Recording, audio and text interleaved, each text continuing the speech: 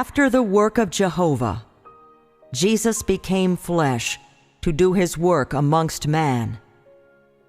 His work was not carried out in isolation, but built upon the work of Jehovah. It was work for a new age after God had concluded the age of law. Similarly, after the work of Jesus ended, God still continued his work for the next age, because the entire management of God is always progressing forward. When the old age passes, it will be replaced by a new age. And once the old work has been completed, a new work will continue the management of God. This incarnation is God's second incarnation following the completion of Jesus' work. Of course, this incarnation does not occur independently, but is the third stage of work after the age of law and the age of grace. Each new stage of God's work always brings a new beginning and a new age.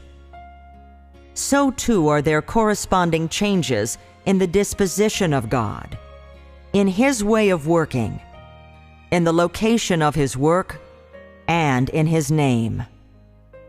No wonder, then, that it is difficult for man to accept the work of God in the new age. But regardless of how he is opposed by man, God is always doing his work, and is always leading the whole of mankind forward. When Jesus came into the world of man, he brought the age of grace and ended the age of law. During the last days, God once more became flesh, and when he became flesh this time, he ended the age of grace and brought the age of kingdom. All those who accept the second incarnation of God will be led into the age of kingdom and be able to personally accept the guidance of God. Though Jesus did much work among man, he only completed the redemption of all mankind and became man's sin offering, and did not rid man of all his corrupt disposition. Fully saving man from the influence of Satan not only required Jesus to take on the sins of man as the sin offering, but also required God to do greater work to completely rid man of his disposition, which has been corrupted by Satan. And so, after man was forgiven his sins, God has returned to flesh to lead man into the new age, and begun the work of chastisement and judgment. And this work has brought man into a higher realm. All those who submit under his dominion shall enjoy higher truth and receive greater blessings. They shall truly live in the light, and shall gain the truth, the way, and the life. If people remain in the age of grace, then they shall never be free of their corrupt disposition, let alone know the inherent disposition of God. If people always live among an abundance of grace, but are without the way of life that allows them to know God and satisfy God, then they shall never truly gain him, though they believe in him. What a pitiful form of belief that is.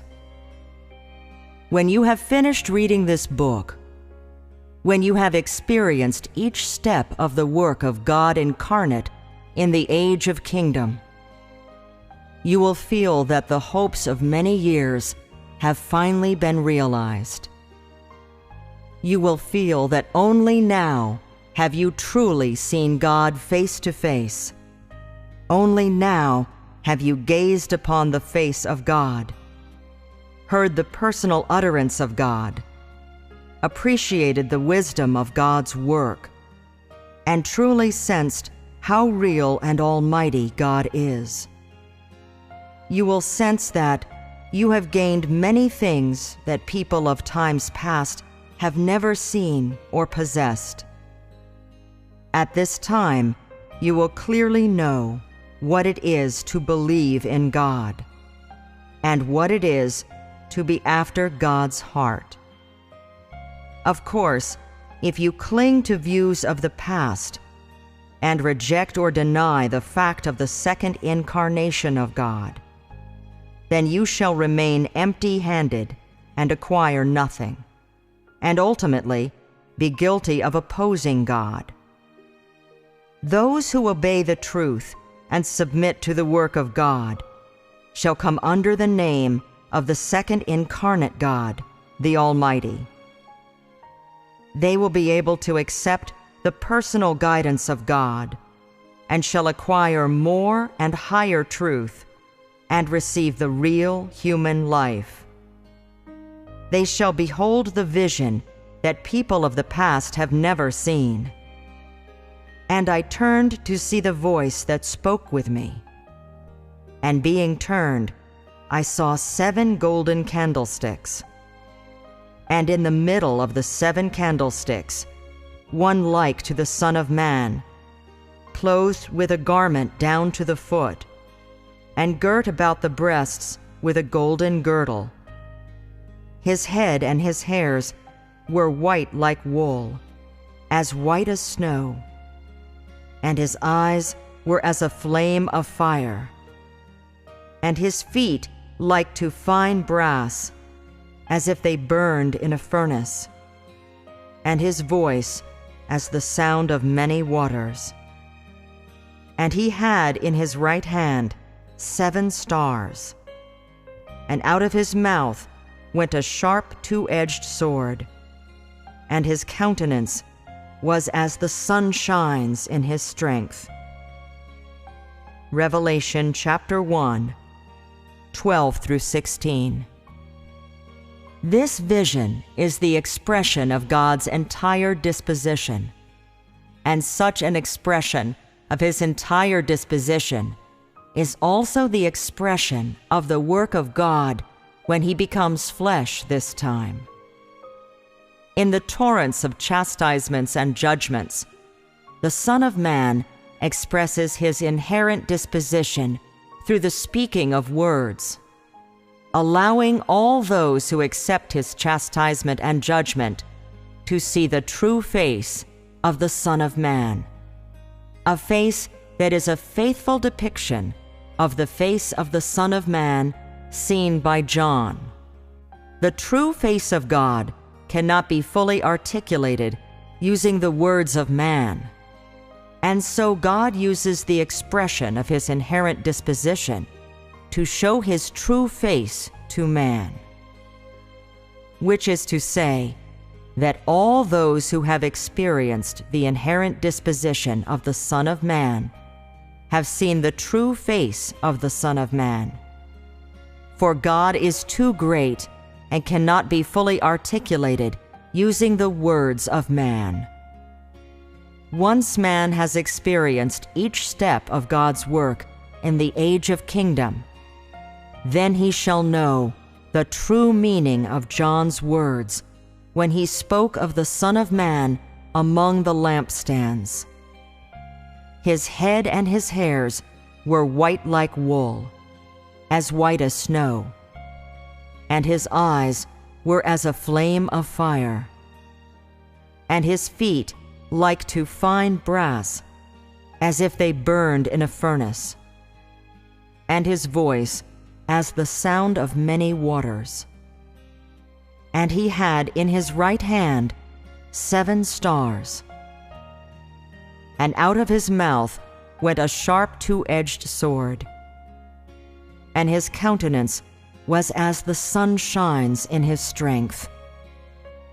At that time you shall know beyond all doubt that this ordinary flesh that has spoken so many words is really the second incarnate God. And you shall truly sense how blessed you are.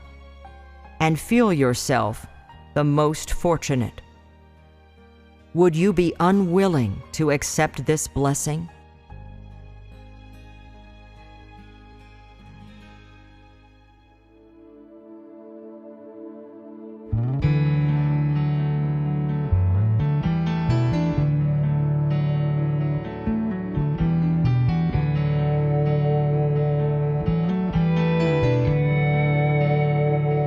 When Jesus came to the world a man, he ended the age of law, and he brought the age of grace. In the last days, God became flesh once more. He ended the age of grace, and he brought the age of kingdom.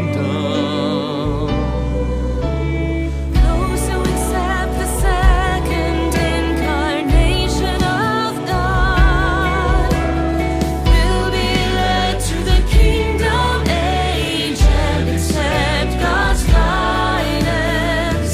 After man was forgiven his sins, God returned to flesh to lead him. He will lead men into the new age. He's begun the work of judgment to bring men to a higher realm.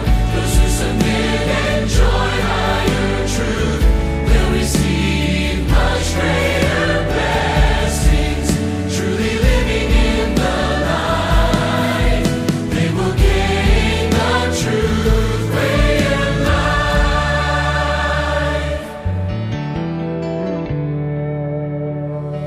Jesus